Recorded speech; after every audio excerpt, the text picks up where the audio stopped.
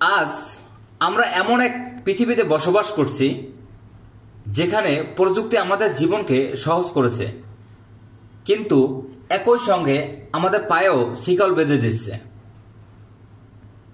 Smartphone, computer, internet, social media সবই আমাদের বন্ধু হতে পারত,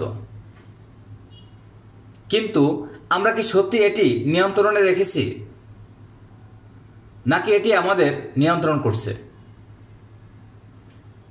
প্রতিদিন ঘুম থেকে উঠেই আমরা প্রথমে হাতে নিয়ে আমাদের স্মার্টফোনটি ফেসবুক, ইউটিউব, ইনস্টাগ্রাম ব্যবহার করে সময় কেটে যাচ্ছে ঘন্টার পর ঘন্টা, অথচ আমাদের কোনো কাজের কাজ হয় না। ছাত্ররা পড়াশোনার পরিবর্তে গেমিং আর সোশ্যাল মিডিয়ায় সময় নষ্ট করছে। অফিসে বসে কর্মী ফোনে মনোযোগ হারাচ্ছে।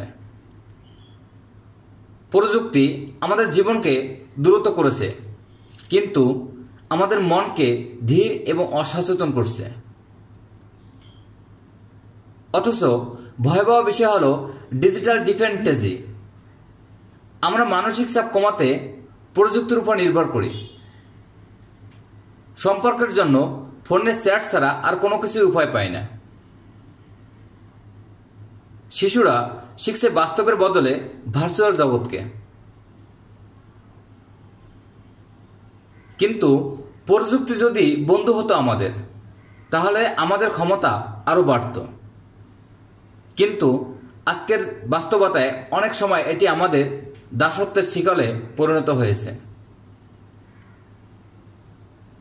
প্রযুক্তি বন্ধুত্ব শেখার হাতিয়ার, যোগাযোগের মাধ্যম হতে পারে, কিন্তু সঠিক নিয়ন্ত্রণ না থাকলে এটি জীবনকে নিয়ন্ত্রণ করবে।